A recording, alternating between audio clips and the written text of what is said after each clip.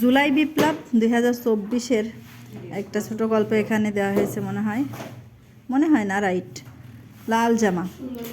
যাত্রাবাড়ির ছোট্ট একটা কলোনিতে ওরা থাকে, টুকির মা, ভাই ও বাবা। গলির মোড়ে দর্জি দোকানে কাজ করেন বাবা সামান্য আয়ে কোনো মতে দিন চলে ওদের। টুকির ভাই রতন কলেজে পড়ে, চোখ ভরা স্বপ্ন তার। কয়েকদিন ধরেই টুকি দেখছে ভাইয়া খুব ব্যস্ত, ক্লাস থেকে দেরিতে ফেরে। সেদিন বলল, আমরা আজ রাস্তা বন্ধ করেছি, গাড়ি চলতে দেয়নি। টুকি বলল, কেন? রাস্তা বন্ধ করে তোমরা কি করছো? আমরা প্রতিবাদ করছি, আমাদের দেশ, আমাদের সম্পদ, জনগণের সম্পদ রক্ষা করতে হবে।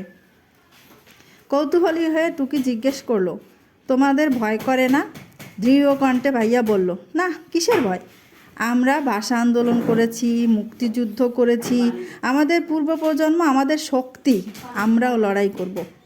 টুকি বলল, সাবধান। জানালার পাশে দাঁড়িয়ে টুকি এসব ভাবছিল। বাইরে কালো ধোঁয়া, গুলির শব্দ, কান বন্ধ হয়ে আসছে ওর। মাকে বলল, মা, আমার ভয় করছে। মাও খুব উদ্বিগ্ন। তিনি বললেন, তোর বাবা ফোন করেছিল, দোকানের ঝাঁপ বন্ধ করে কাজ করছে, বাইরে প্রচণ্ড গুলি হচ্ছে। উৎকণ্ঠিত হয়ে মা বললেন, রতনকে নিয়ে আর পারি না, ওকে ফোনে পাচ্ছি না। মায়ের মুখে চিন্তার ছাপ। ঢকঢক করে এক গ্লাস পানি খেলেন তিনি। টুকি বলল, বাবাকে এখনই চলে আসতে বলো। মা বললেন, তোর লাল জামাটার কাজ প্রায় শেষ, নিয়েই চলে আসবেন।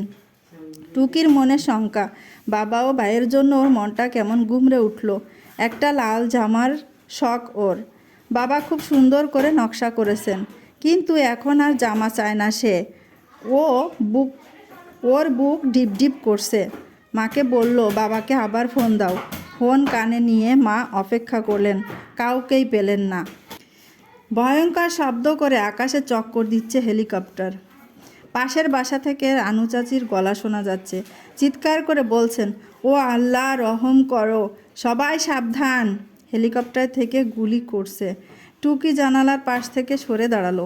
আকাশ জুড়ে কালো মেঘের মতো ধোঁয়া। ঘরের ভিতর ঢুকে পড়েছে টিয়ার গ্যাসের গন্ধ। বাইরে প্রচণ্ড শোরগোল। গলির মোড় থেকে সবাই ছুটে পালাচ্ছে। পাশের বস্তিতে আগুন জ্বলছে। টুকিদের দরজায় শব্দ হলো। মা দরজা খুললেন, পেছনে টুকি। মা চিৎকার করে উঠলেন, কি হয়েছে? ভিড়ের ভেতর থেকে কে যেন বলল, গুলি লেগেছে। টুকি উকি দিয়ে দেখলো রক্তে ভিজে গেছে রতনের সাদা শার্ট। দেখতে পেল ভাইয়ার নিথর শরীর। ঝাপসা হয়ে এলো টুকির চোখ, টুপটুপ করে ঝরে পড়ছে পানি। বুক ফেটে কান্না এলো ওর। 2024 সালের 21শে জুলাই, গভীর রাত, ঢাকা মেডিকেল কলেজ হাসপাতালে মারা গেল রতন। টুকি ভাবলো, লাল জামার মতো টুকটুকে হয়ে গেছে ভাইয়ার শার্ট। ও আর কোনো দিন লাল জামা পরবে না।